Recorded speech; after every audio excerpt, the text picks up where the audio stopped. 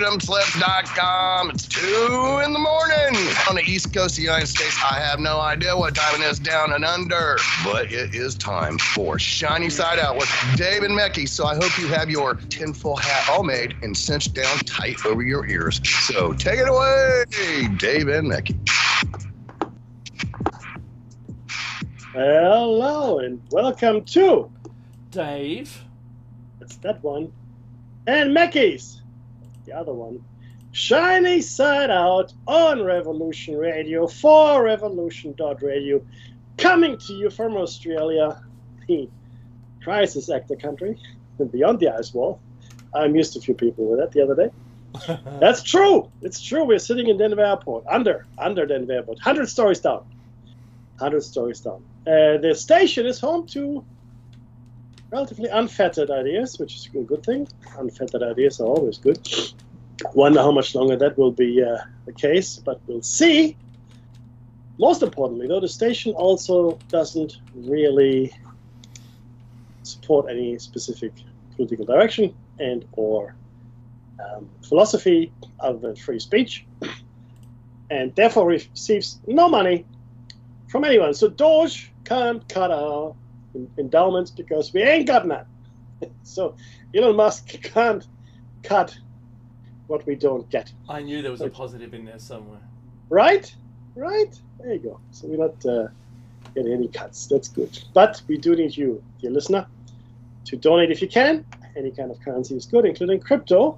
Pretty easy. Just go to the homepage. There's a whole bunch of instructions on how to do that. You can also become a Patreon or do any other thing that you would like to do to support the station. If you don't have cash, and a lot of people don't, because that's just where we are, and if I'm right, then it's going to get a lot worse. But, let's not hold our breath quite yet.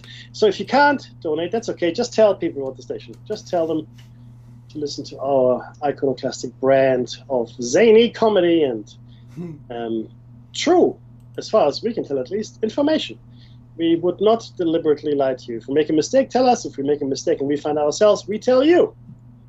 So that's the truth. Yeah, why does everything have to be zany? That's the truth, Ruth, and that's the triple truth. Shut up, that that's cat. That's a Simpsons quote. No. Hey, you can catch us on the air, on the line all the time, on your smart device to grab an app to listen anywhere, or listen at home on the Grace Table of Digital Radio. That's awesome. Now, Solaris was just on before us. I don't know who was her guest because I missed it, but it's okay. Because I do. Go on. Solaris had the Cyber Witch Cafe with Niche tonight. Always Perfect. A great show. Now, if you did miss it, you can go to the archives, which happen to be free. And you can enjoy listening to a show there for free. Again, gratis, umsonst, costs nothing. And that's another good reason to support the station any way you can if you like what you hear. And even if you don't like it. Even more reason, it's hard to find good things to hate. It really is. When you get good hate going, you don't want to let it go, right? Support us. You can hate on us. It's all good. Troll us. Do whatever you like. Do your worst. Sounds like my unemployment. Before... I'm going to change my LinkedIn profile. Just have the word gratis. There you go. Gratis, comment. I can't say so many things I want to say right now. So let's just get to the end of the intro. We would like to acknowledge the traditional custodians of the land from which we broadcast here in Australia. And for Mr. David... It's the Darken Joe. Thank you, sir. And for myself, it's the Dark people. And we like to pay respects to elders. We like to past, update our present, LinkedIn profiles. Yes. And future. Yes. You change your LinkedIn profile. Thank you so much for that. Now, Dave is operating only on his frontal cortex. I'm 8-bit today. Or is it the limbic system? Actually, it might be the limbic system. It's just instinct right now. Brain. That's all I've got left. Ooh, warmth. I crawl to the warmth. Oh, yes. I'm ensconced in the warmth. That's the lizard brain. Right there, baby. Later, I will steal some Vertex and suck them down my gullet. Oh, yes. Ooh, gullet. That's all the planning I can do today.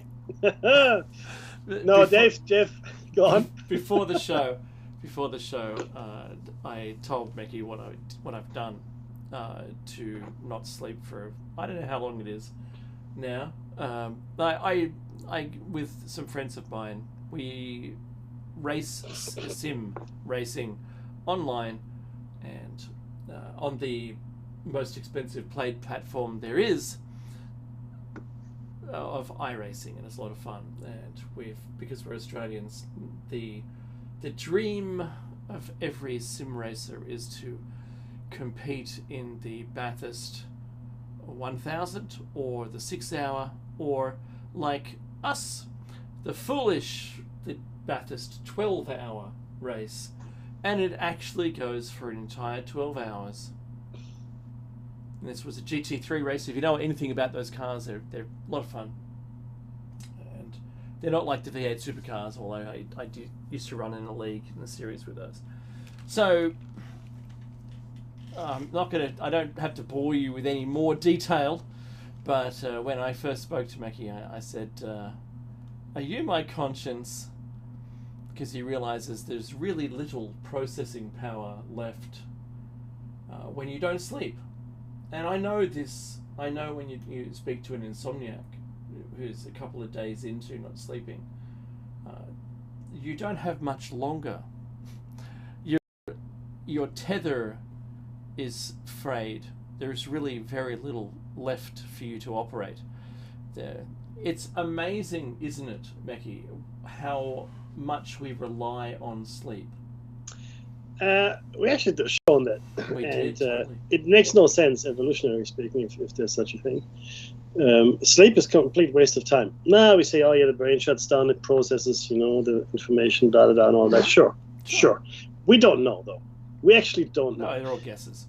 Yeah, we don't know why we sleep, why any creature sleeps. We have no idea. What we do know is, though, if you don't sleep, it has really bad consequences for you. Depending on how much you haven't slept, for what length of time, but there's an amount of time which is deadly.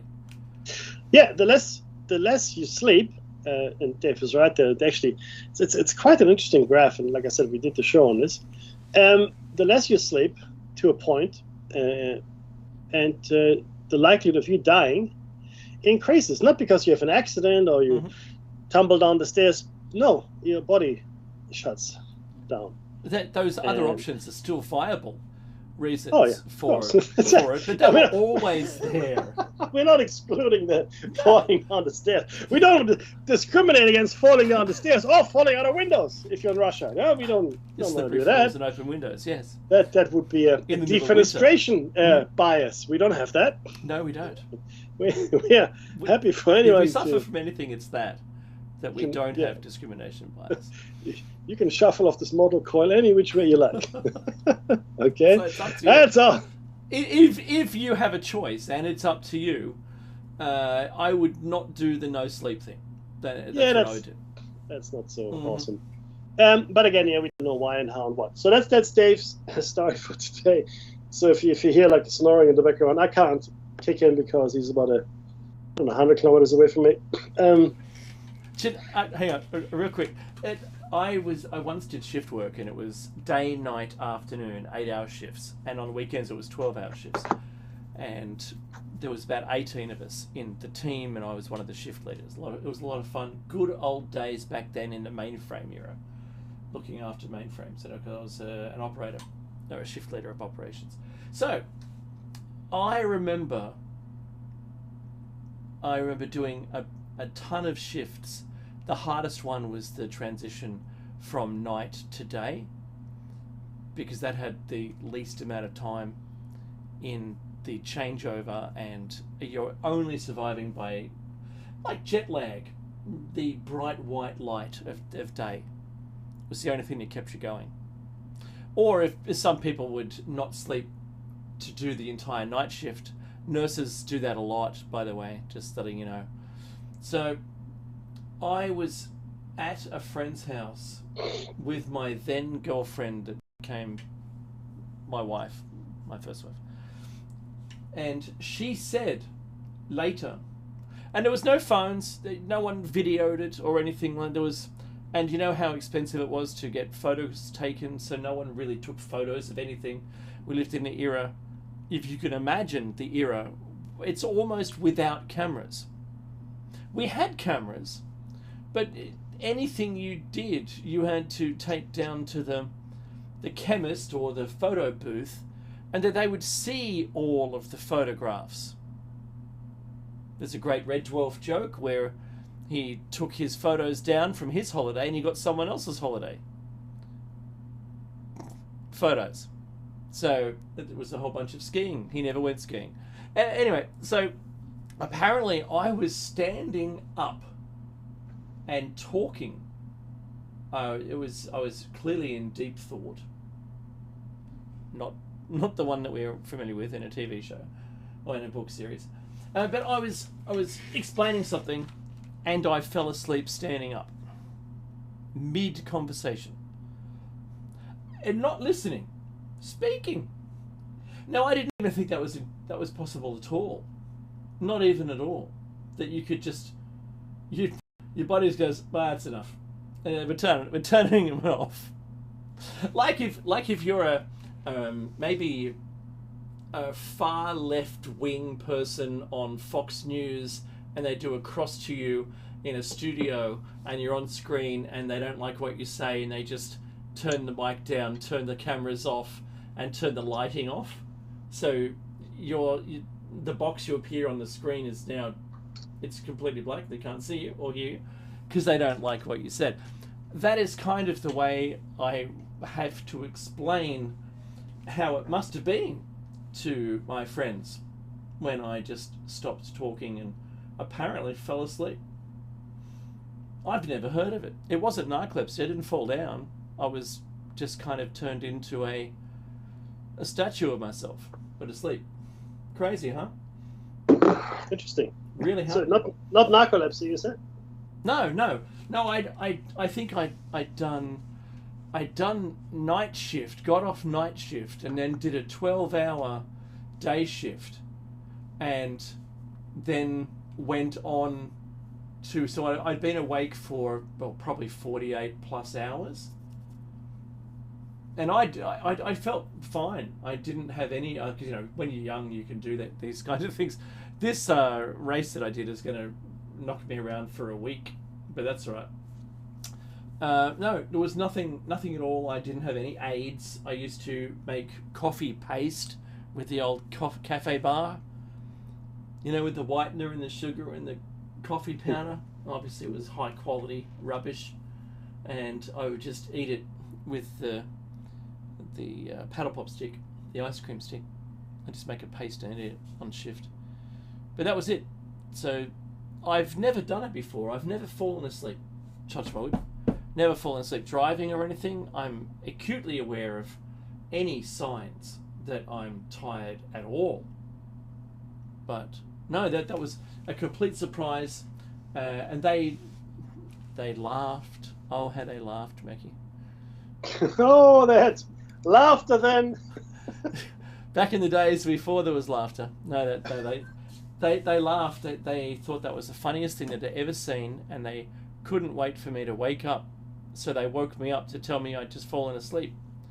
And of course I didn't believe them. I didn't know where I was or what was going on. But that's all right. That's totally all right. That's normal, right? No, it is really not normal.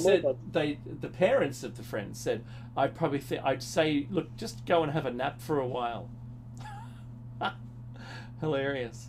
Yeah, just recover from your sleep by more sleep. Yeah, That makes perfect sense to me. That is the recipe for wellness. If you don't have sleep.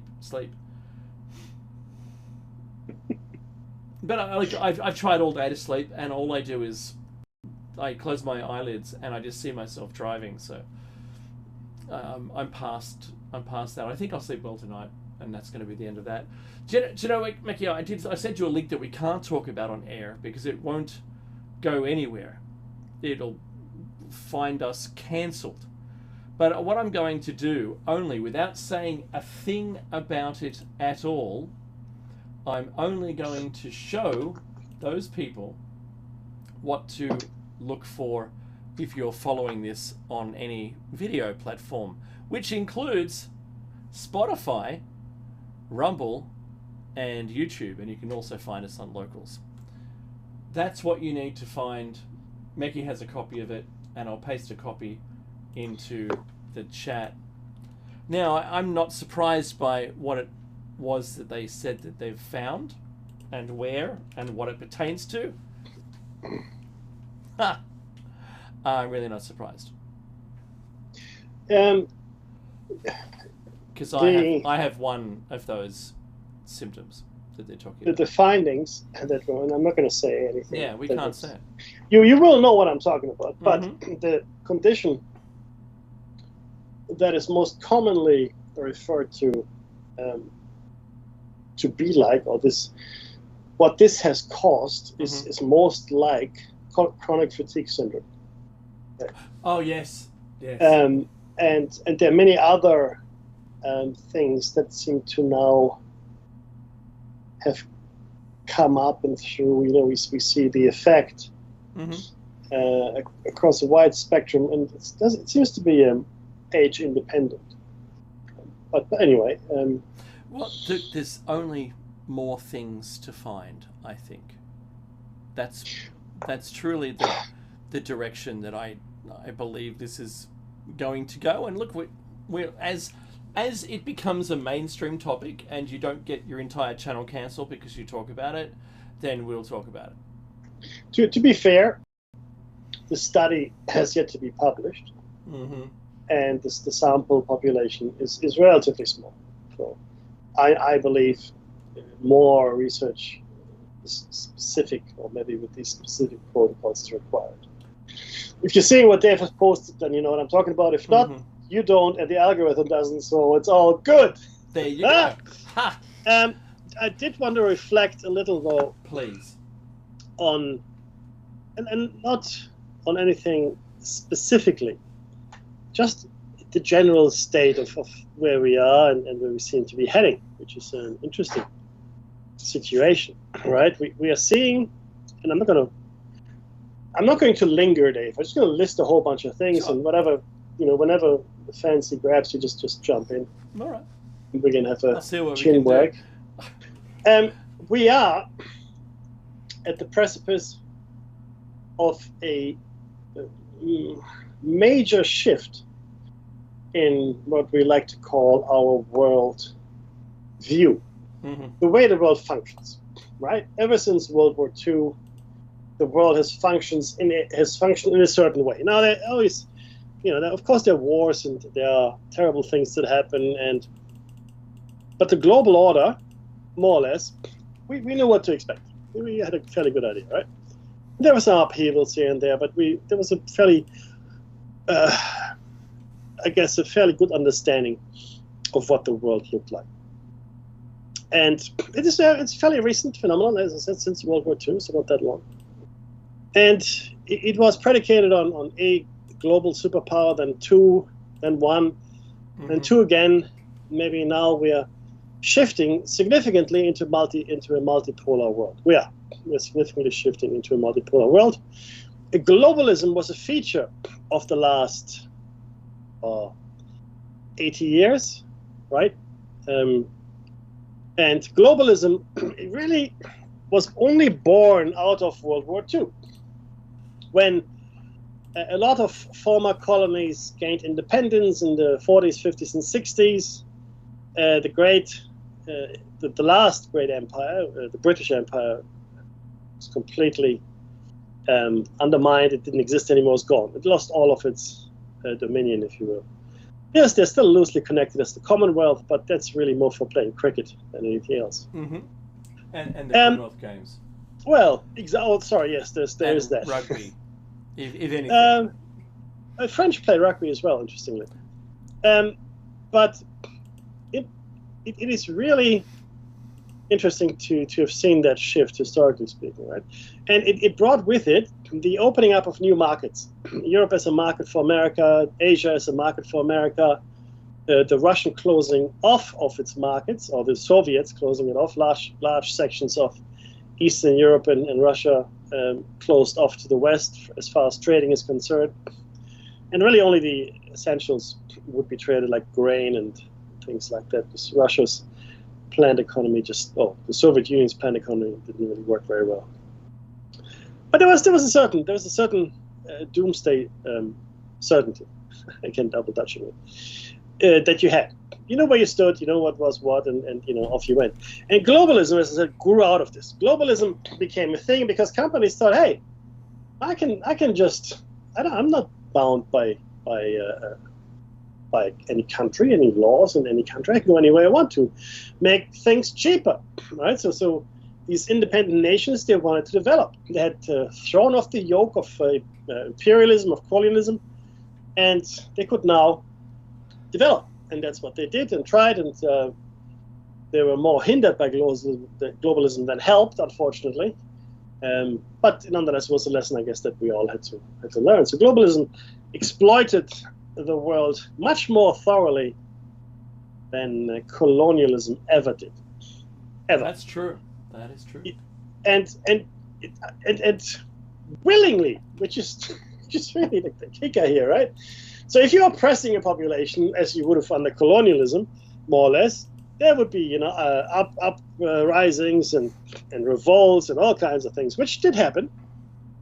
But under globalism, where you ask for, international money to come and invest in your country, to build up your industry, to raise your standard of living, to, be able to educate your children and all these wonderful things, you invite people to come into your country, companies, I should say, corporations. Favorable tax rates, land, transportation provided for free, cheap labor, no labor laws. No labor laws. Yay. Hurrah. And that's what happened. And that's where we are today, right? And now Donald Trump wants to turn back the clock 80 years and longer, in fact. See, I think, and I'm not hating on Donald Trump, I'm just trying to tease out his motives.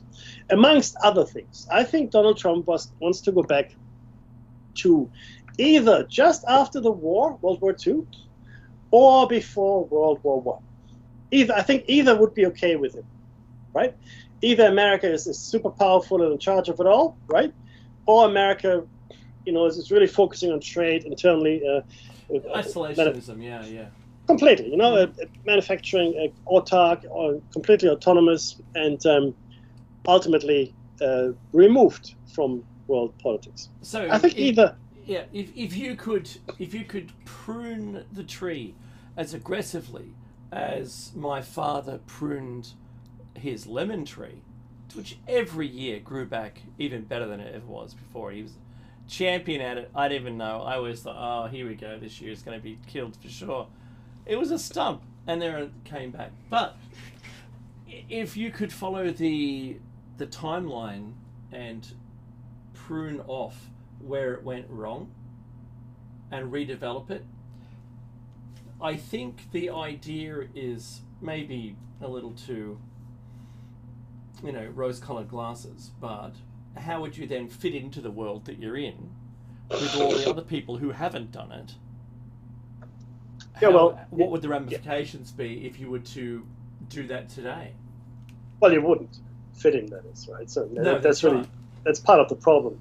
And look, but it's okay. I mean, look, every country has the right to act in any which way it wants to, right? The reason people are panicking is because what's happening is they are now seeing globalism, in my opinion, crumble. The last 80 years of globalism are sort of crumbling because of, impending trade. I don't want to say trade wars because they're going to be trade skirmishes. Yeah. Okay, and they're going to be trade restrictions and the free trade that everybody wants, which was never really good for anyone but the corporations, mind you. Mm-hmm. Okay, so you could have a headquarters in Singapore or Belize or Monaco or Ireland, and never Ireland with the leprechauns and never pay any tax. Yeah, that's exactly right. You can do some magic math and make all of your profits untaxable. That's right. I did many deals. Oh, sorry. I responded to a lot of deals in the resources sector for the major, resources companies that are, obviously in Australia, and we would have our presentations in Singapore because that's where the corporate headquarters and marketing departments were. Mm-hmm. Not in Australia, not in Spain, not in America, in Singapore. Tax reasons, etc., etc., etc. But it's a real thing, right? Now, if you want to do all of these things, I'm not against it. I'm actually for it. I think the order we live under, the capitalist, well, it's not even capitalist anymore, but the market order, the market system we are living in, Mm-hmm. has failed. Totally. It's failed. It's kaput. It doesn't do anything for the people. Nobody understands. And it's not really that hard. Nobody understands how it actually works. And now, maybe I'm overstating it because somebody has to understand it, surely. I mean, there are a lot of smart people out there, but I realized that maybe I'm wrong in assuming people understand when Alan Greenspan said I've been wrong all my life. Mm-hmm. I thought to myself, what? Because I thought, if he's got an agenda, he's just, doing this and that, that's fine. At least he knows what's going on. But then I looked at what he said and how he said it in his face and all kinds of things. It had a completely different meaning. Yeah, and I realized maybe he really doesn't understand That's right. this whole thing.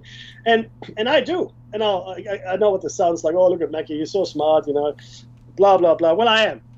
Okay, so put that in your pipe and smoke it. Prove me wrong, he's going to say. And I've spent a lot of my time looking at this and thinking on it, and I've always shied away from dabbling in the stock market and doing anything like that because I just don't trust it, and I'm not built that way. I'm just not. Okay, it's just on me. Could I be financially in a better position than I am today if I had done certain things differently? Yes, but it would have also interfered with my ethics. I want to give you very simple examples for you to understand who I am, right? Because everybody can claim a whole bunch of stuff, and yeah, that's nice. So I was put in charge of a fairly large region from a management point of view. And I had a whole bunch of people reporting into me, across that region. But it was chaos because we just had a huge restructure. We fired something like 50,000 people globally. And everything was just, there was no order yet. We're trying to establish order. That's why I was put in the position that I was put in. Everything's on fire because of all of those changes. Pretty much. Mm-hmm. Come to the office in the morning.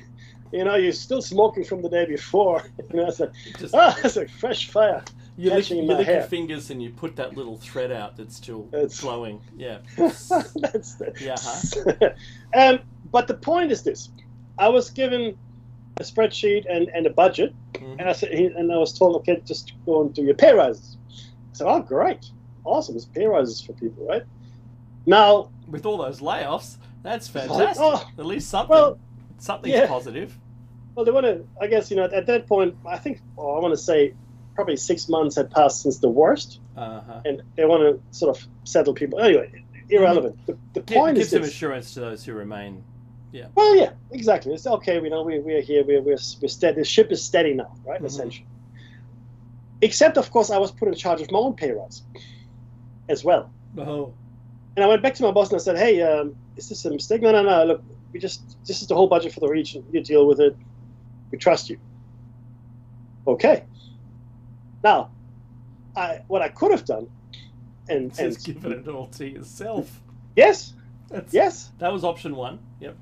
All of it, and it wasn't a little money. I can tell you this, and it would have been okay because it was already signed off. It's my money to spend as any which way I see fit. Okay. But I didn't. Good I didn't. Man. I apportioned it fairly, to my understanding, to the people that deserved it, to the people that needed it, but only if they had obviously, they still worked hard. They still had to have done the things that were that would be still a reward. Yes. Correct. Yeah. I'll give myself something as well. Yes, I did, because I was fighting a shitstorm every day, but it was fairly distributed. Okay. So I know me. I know what I can do. On the other side of the spectrum, I also know what I can do when it gets really dark. Right? When I was younger, I was in situations where the world became very, very dark indeed. And I know my limits there, which are non-existent. So I know who I am, and I know what I can do, and I understand things, right? And I've never taken advantage of people like that. I've never, done the wrong thing in that way. I've done many wrong things, don't get me wrong, but I've never done the wrong thing from a financial point of view. And I look at the market in the world, and a lot of trends out there, and you're thinking, how is this possible? All these billionaires coming around and making all this money. And the answer is very simple. And that's why the billionaires are kind of afraid to some extent of change. And on the other hand, they're driving it like there's no tomorrow. And I need to say something here as well. This is very, very important. The parasites don't care about nation states. Mm-hmm. The parasites don't care about Donald Trump or Elon Musk or Putin or Xi Jinping, right? Not even a little bit. Now, you might think, oh, those are the parasites or those are the heroes or whatever. No, they're not. No, they're extras. They are completely irrelevant to how the world is actually run. They are used. I think Donald Trump is being used. I think Elon Musk is being used. I think there's a whole bunch of other people that are being used for other to establish purposes. Mm-hmm. No, completely for the parasites' purposes. That's and right. You don't know who those parasites are. And no, it is not the Jewish people. Okay, I want to be very clear here. The parasites are not the Jewish people. Mm-hmm. Because people might, think, well, I speak like this, it must be that. It's not. The parasites, and we've spoken about this in the hypothesis and many other things, have been with us for a very, very long time indeed, and have been guiding is probably the wrong word, have been manipulating the timeline of human existence for a very long time indeed. And once again, they come to a nexus point, civilization. We've already gone past the point of, I guess, reconciliation. The nexus point Mm-hmm. where we could have ascended altogether. Because I do believe that there was a critical number of people that need to be born in order for that to come about. And to my surprise, and to Dave's surprise, we found out that it coincided, oddly enough, with two events. One was the pandemic, and the second was the Aboriginal, and I'm talking about Australian First Nations people, gathering at Uluru to I guess, pray is the wrong word, to meditate or to have a spiritual gathering to affect the vibration or the vibrational frequency of the earth to allow for people to ascend. That actually happened. Didn't know that. Dave didn't know that. We were just blown away. And it just all lined up with our algorithm, right?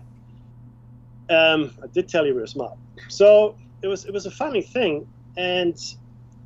But then the pandemic was enough to depress the frequency, it seems. Well, because we haven't all ascended, have we? And the fear, uncertainty, and even the deaths, even though the deaths weren't really that overwhelming, even though they were reported on, like entire countries were depopulated, which, of course isn't true. It was something that made us fear and I guess bumble around in uncertainty for the better part of 3 years.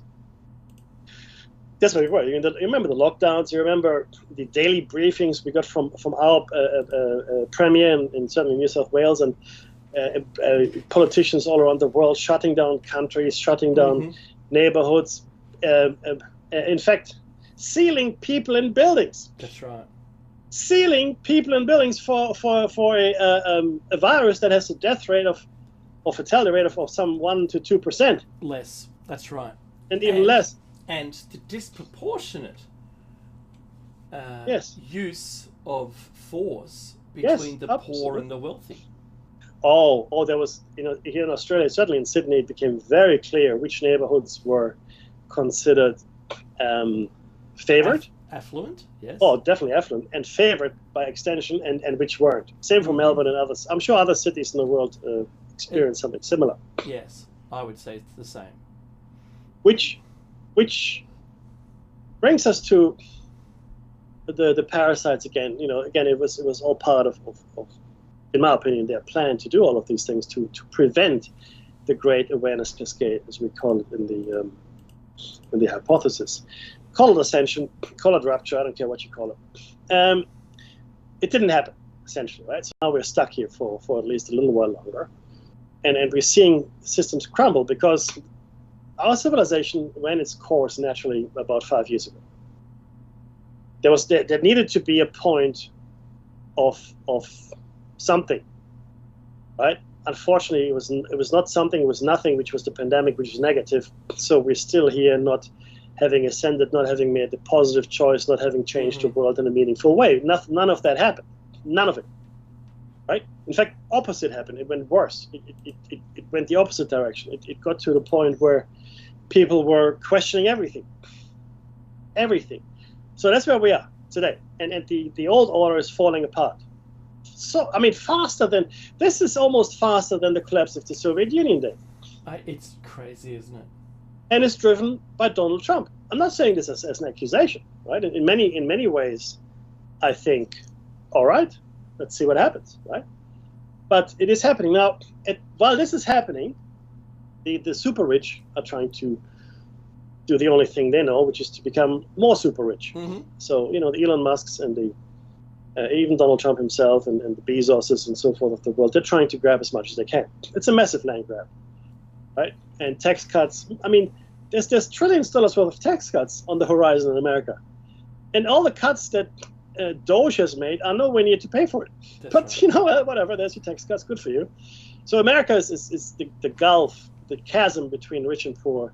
And I think you brought this up, Dave, the gulf between the rich and the super rich is widening as well.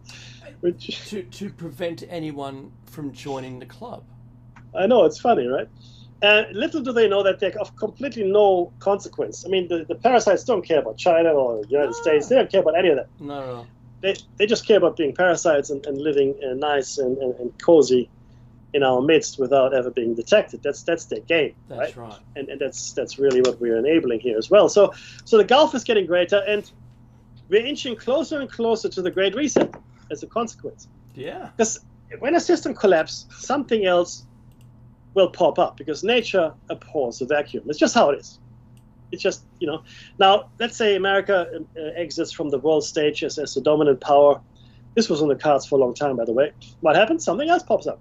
Because when Great Britain vacated the stage as the dominant world power, something else popped up. When Spain, due to a storm, vacated its stage in the world's theater, something else came up, right? So the Spanish Armada was destroyed by a storm, lucky British, and the British became the supreme naval power in the world. So sometimes it's coincidence, sometimes it's design, but there's always something that will follow something else. So will there be a decline in America's influence? Probably, probably. Will China's influence rise? Maybe, probably. If the two go to war, they will destroy each other completely. And someone else. Yeah. Someone else will pop, exactly. Maybe India. Who knows? I don't know. But someone else is going to pop up to fill the vacuum. It's always going to happen. This is just how nature and, I guess, human nature in particular work. So that's okay. All right, so that's where we are. We'll clamber over the remains to try and make something of it. Yeah. Yes. Even when there's... Mm-hmm. Well? No, but that's what I mean. Yeah. Even if there's an extinction level event, and look, let's be clear here. Unless the sun goes nova, it's not completely extinction level, right? That's right. There's always something that survives. Always has been in the past, at least on planet Earth. We know that something happened in the Younger Dryas. That's right. There was a massive event. We think it was an impact. The Cambrian, everything has left some form of life. Correct. And that's the way it is. And Mickey, I wanted to say that I sent you an image. I know it's on WhatsApp, but don't worry. This, it is apparently what has been found in the Social Security database. And I think there's a talking point only here about the amazing age of some of those persons. And a joke that Elon Musk had made publicly saying, well, by the age of some of these people, it could be proof that vampires exist. Now, I laughed, but I go, hey, wait a minute. What about dynastical people? Mm-hmm. Maybe there's families that are running thing, the 9 unknown men, we did a show about them. Maybe, just maybe, they fall into the age group of 360 to 369, where there's only one of those persons receiving Social Security checks. Or 240 to 249 years of age, there's one person that's still receiving Social Security checks. Between 220 and 229, there's 1,039 people. I don't think that's the 9 group, but, maybe you can get more than one check. I don't know. Yeah, look, but at this point... I'm not saying anything. It could be really bad admin. So, if you look at how many people are involved here, let's just very quickly get it. 40, 80, 120, 170, 210, 250, 300, 80. So there's about 300 million people here, roughly 330 million people, right? And if there's anyone, it starts at 100. So there's 4, 7, 8, 10, 12, about, I want to say about 15 million people older than 100 years. Yeah. And if you look at the total is 300 million. Mm-hmm. That's a 0.5%. And honestly, in any bureaucracy, I expect waste, and this clearly is part of it. Now that someone, right, should have picked this up. There should have been an audit. At goes, some okay. point. Mm-hmm. Well, because these are fairly large numbers. I mean, they're not going to break the back of the United States. That's why nobody really cared, I guess, in the past. But there are certainly numbers that should be investigated. Now, the couple of people that are over 240 years old, I want to say that's probably a genuine administrative error. Let's just. I just imagine it was just a typo, and the person's only 70, right? Whatever. Sure. It doesn't matter. But like 0.5%, I'm willing to forgive. Having said that, looking, at the numbers, I would say, unless there's some kind of secret we are not aware of, like as Dave said, that millions of people are living well beyond 100, and maybe there is. Don't think so, but maybe there is. Then okay, but somebody should really look at it. But having said that, even if everybody over 100 is a fraud, and it's about 12 million people, I want to say 12, 13, maybe 14 million. Yeah. Even if they're all fraudulent, it's not going to save. It's not going to save America's budget. No, but my claim, because I agree, it's not even a single drop into an ocean planet worth of water. But I'm going to just focus in on the point that we both agree on, and that is that you would imagine an audit at some point would have taken place. Yeah. And that if you've got people on the books who are older than the US itself, I think that's something else. That is definitely a point of failure in an audit. If I was, because I do some work as an auditor, and I look at these numbers going, well, it's clear to me that I know they only have one person who's 127, and none of the numbers greater than that are for anyone who's currently alive. The rest of it could just be, no, we have never really deleted, we send the checks out, I don't know why, but for some reason we never deleted them off the system. Yeah, that can happen. That could happen. That could happen. if it's no one's job, and now let's say these It's people not are going to be being, anyone's job. Let's tell you. well, but let's if be honest. if these people are being fired, then there'll be even less people. That's exactly right. I Right? heard that they got rid of the person who was looking after the dismounted warheads. Yeah, no, There was a team of people, and they had to put them back on again. I heard that too. I think that's hilarious. So I'm saying I'm watching this happen, and I know countries around the world are going, you know, all the public servants are going, oh, please don't happen in this country, please don't happen in this country, because I know some people who were a dotted line to nobody, and they had no task, and they were employed by the government. They did nothing. They turned up to work and they read the paper and they went home in the afternoon. That's all they You know did. what that's called? Go on. Called communism. And now I want to explain. Oh, I like this. Well, I grew up in West Germany, right? As you know. And the funny thing is, oh, maybe not so funny. In East Germany, which I visited on a number of occasions, I had relatives in Poland as well. The one right you had was the right to work. So, even if there was no job for you, like an actual job, like something meaningful, let's say, yeah, they would create a job for you, where you would sit in an office and shuffle, for argument's sake, papers from one pile to another pile all day long, and then tomorrow you come back and shuffle it back to another pile. That'd be a job. Because your right that you had was your right to work. So you would be meaningfully employed, the state would pay for everything else, planned economy and all that, etc., etc. It worked really well, not. And that's communism. So if you've got people out there in the world not actually doing anything for their money, right?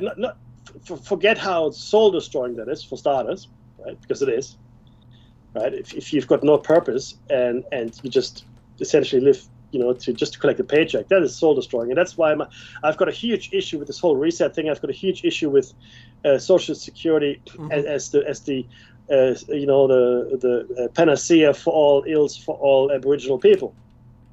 Because if you don't have purpose, then your life is going to be dreadful. It really is. Right? So if you take universal purpose away, basic income, Mackie, I'm already trying to find a queue to get into for that. If I could have a government job, and remember, you're only hearing this from my subconscious, because that's all that's alive at the moment.